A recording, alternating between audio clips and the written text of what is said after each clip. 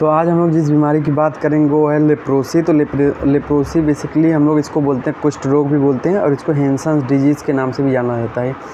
तो leprosy basically फैलती कैसी है? तो लेप्रोसी फैलती है कॉज कैसे होती है? कॉजिंग ऑर्गेनिज्म कौन सा होता है लेप्रोसी का? तो होता है माइकोबैक्टीरियम लेप्रे। तो ये जो ट्यूबरक्लोसिस का बैक्टीरिया माइकोबैक्टीरियम उसी से मिलता जुलता ये भी है, इसका नाम है माइकोबैक्टीरियम लेप्रे। तो ये बेसिकली इसमें क्या क्या इन्वॉल्वमेंट होता है, कौन कौन सी चीज़ें इन्वॉल्वमेंट होती है? इसमें स्किन इन्वॉल्वमेंट होता है और इसमें म्यूकस मेम्ब्रेन इन्वॉल्वमेंट होती है, बेसिकली नोज की म्यूकस मेम्ब्रेन। एंड मैं बात करूँ तो इसमें नर्व का भी इन्वॉल्वमेंट होता है और मोस्टली अल्नर नर्व का इन्वॉल्वमेंट होता है। तो अभी हम लोग कैसे पहचान सकते हैं कि किसी व्यक्ति को मतलब लेप्रोसी या फिर कुष्ठ रोग है? तो कैरेक्टरिस्टिक फीचर्स क्या क्या हैं इसके? तो बेसिकली इसमें जो होगा हाइपोपिगमेंटेड पैचेस बनेंगे स्किन पे, हाइपोपिगमेंटेड पैचेस बनेंगे और जो कि थोड़े उभरे हुए होंगे। हाँ, उसके बाद इसमें जो नर्व होगी बेसिकली जो अल्नर नर्व होती है वो ठीक हो जाती है, मोटी हो जाती है, वो मैं आपको इसमें दिखा दूंगा वीडियो में। अब मैं इसकी बात करूं और इसमें क्या होता है AFB भी पॉजिटिव आता है, AFB भी कल्चरिंग पे AFB भी पॉजिटिव आता है। और इसके बाद अगर मैं बात करूं तो आपका हाइपोपिगमेंटेड पैचेस हो गया, AFB पॉजिटिव आता है। इसके बाद मैं आपको बताया आपकी जो नर्व है वो ठीक हो जाती है। देन आपको क्या मैंने बताया था, आपकी जो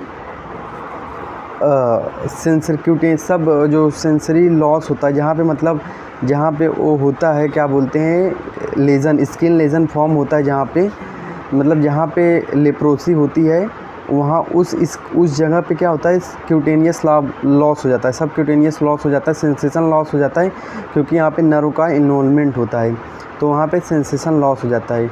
तो ये इसके कैरेक्टरिस्टिक फीचर हैं, हाइपोपिगमेंटेड पैचेस, नर्व का इन्वॉल्वमेंट होने की वजह से सब क्यूटेनियस लॉस हो जाता है, सेंसेशन, और मैंने आपको बताया AFB इसमें पॉजिटिव आता है। और ये सब इसके कैरेक्टरिस्टिक फीचर्स हो गए।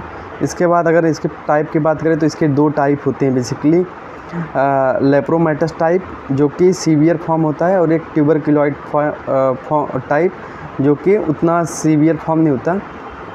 तो जो लेप्रोमेटस टाइप होता है इसमें जो स्किन लेजर हैं नोड्यूल के फॉर्म में रहते हैं और इसमें जो व्यक्ति की जैसे इसको हो गया तो उसमें एक फीचर्स होता है कि व्यक्ति का जो फेस होता है वो कैसा दिखता है, जैसे दिखेगा आपको लाइन की तरह उसका फेस दिखेगा, व्यक्ति का फेस लाइन की तरह दिखता है लेप्रोमेटस टाइप में। अगर जैसे मोस्ट सीवियर हो गया तो इसमें सिमेट्रिकल हाइपोपिगमेंटेड पैचेस बनते हैं और नोड्यूल इसमें फॉर्म होते हैं, बेसिकली मोटे मोटे नोड्यूल फॉर्म होते हैं।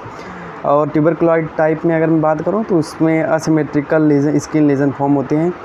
और यहाँ पे अगर मैं बात करूँ तो लेप्रोमेटस टाइप में 5 से ज़्यादा स्किन लेजन फॉर्म हो सकते हैं और ट्यूबरक्लोइड टाइप में ये जो स्किन लेजर है वो लेस देन 5 होते हैं।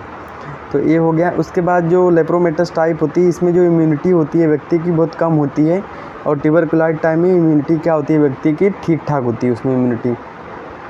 तो ये हो गया। उसके बाद अगर मैं आपको बात करूं कि इसमें नर्व का इन्वॉल्वमेंट दोनों में ही होता है पर ज़्यादातर के ट्यूबरक्लोइड में सेंसेशन ज़्यादा डिस्टर्ब होता है।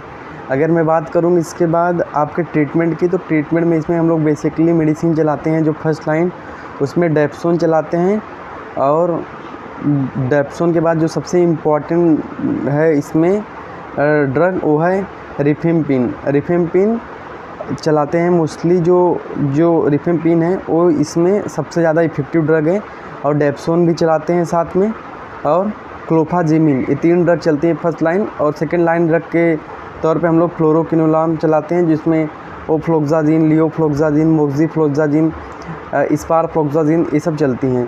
तो ये ट्रीटमेंट हो गया। अब इसके बाद रूट ऑफ ट्रांसमिशन क्या होता है इसका? तो route of transmission skin to skin भी फैल सकता है, इनहेलेशन के थ्रू भी फैल सकता है ये।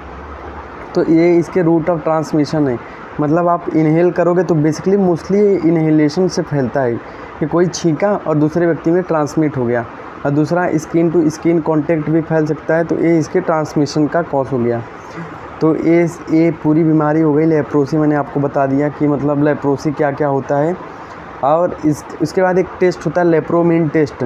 तो लेप्रोमिन टेस्ट में बेसिकली क्या होता है कि ये ट्यूबरक्लोइड में क्या होता है पॉजिटिव आता है पर लेप्रोमेटस में निगेटिव आता है। क्योंकि लेप्रोमाइटस में क्या होता है कि लेप्रोमाइटस में इम्यूनिटी वीक होती है और ट्यूबरकुलॉइड में इम्यूनिटी व्यक्ति की स्ट्रांग होती है। तो स्ट्रांग है इम्यूनिटी, इसी के लिए क्या होता है जब सबक्यूटेनियस इंजेक्शन देते हैं, जैसे ट्यूबरकुलॉइड में था PPD, इसमें भी इंजेक्शन देते हैं इंट्राडर्मल इंजेक्शन देते हैं, तो वहाँ पे हार्डनेस बन जाती है, इन ड्यूरेशन हो जाता है। पर वो किस में होता है? ट्यूबरकुलॉइड में। पर ये वाला टेस्ट जो है ट्यूबरकुलिन वाला पॉजिटिव आता है ट्यूबरकुलॉइड में और निगेटिव आता है लेप्रोमाइटस में। तो इसमें इन ड्यूरेशन फॉर्म हो जाता है। तो ट्यूबरकुलिन टेस्ट में बेसिकली क्या होता है, जो माइक्रोबैक्टीरियम